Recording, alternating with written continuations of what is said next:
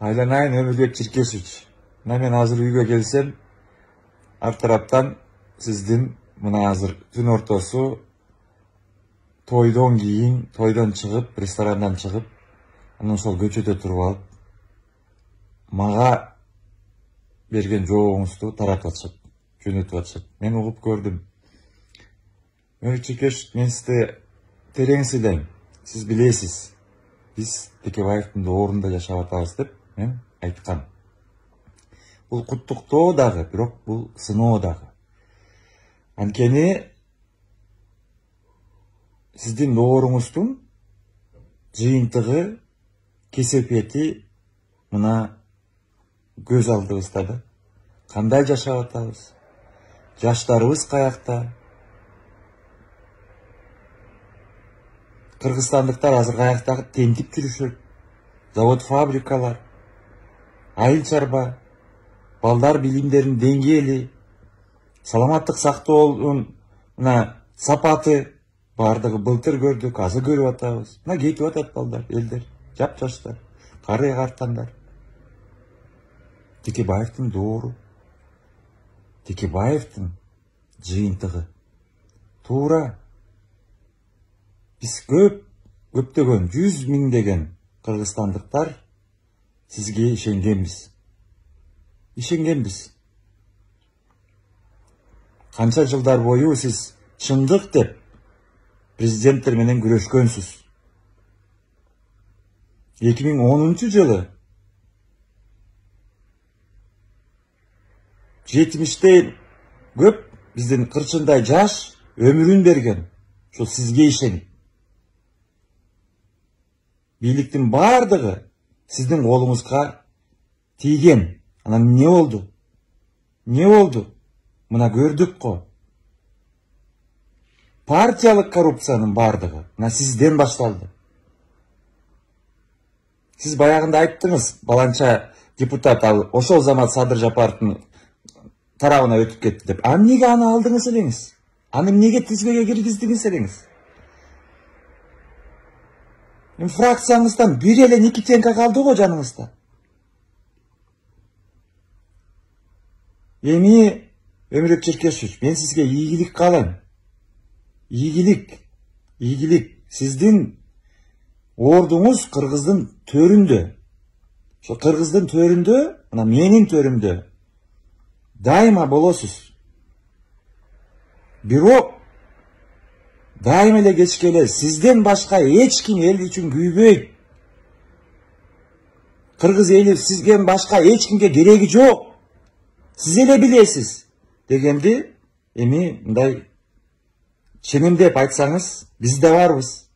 Биз да чыктык, биз да жетиштик.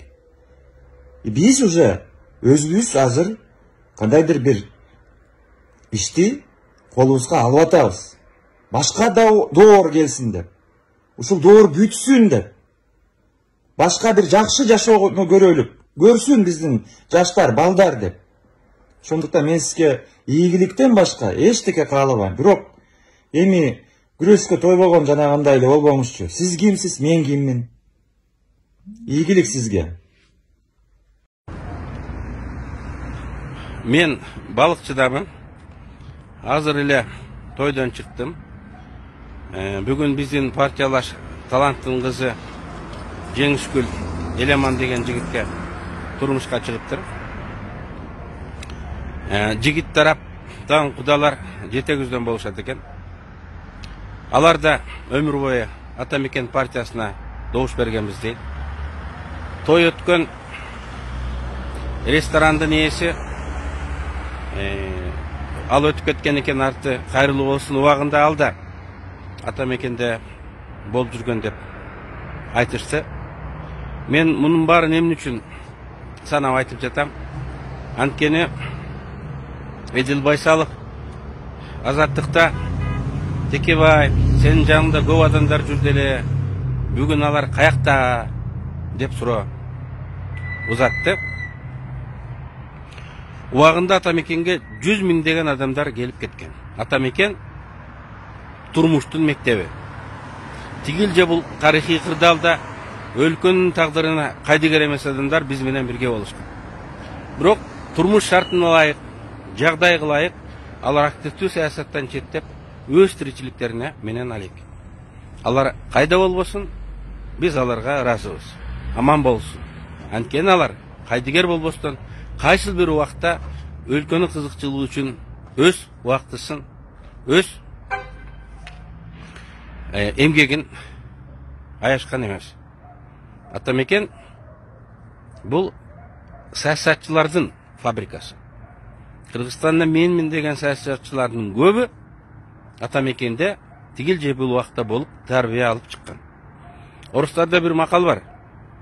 Эгерде орустарды тырмалап сырын кетирсең, анын алдынан татарин чыгат деген. Бүгүнкү саясатчылардын көбү дагы эртеби кечпи Атамекенде болгон. Эдил Байсаловго февралда конституциялык кеңешмеде бир аксакал таяк менен чабам деп, сен Текебаевчылсың, Текебаевдин адамысың деп жемелеген.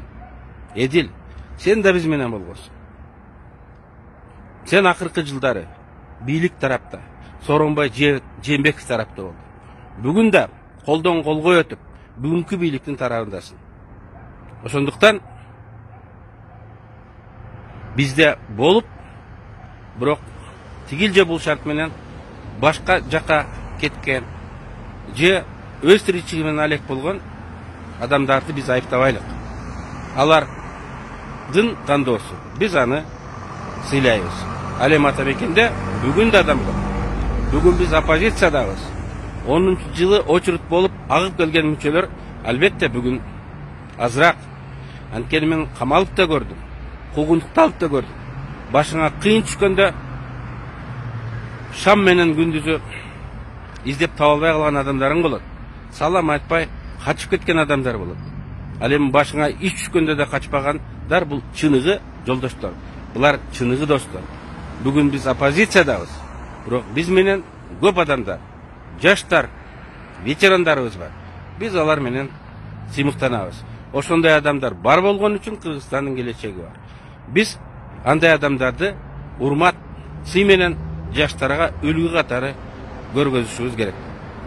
Урматтуу Атамекенчилер, мен сиздер менен сыймыктанам.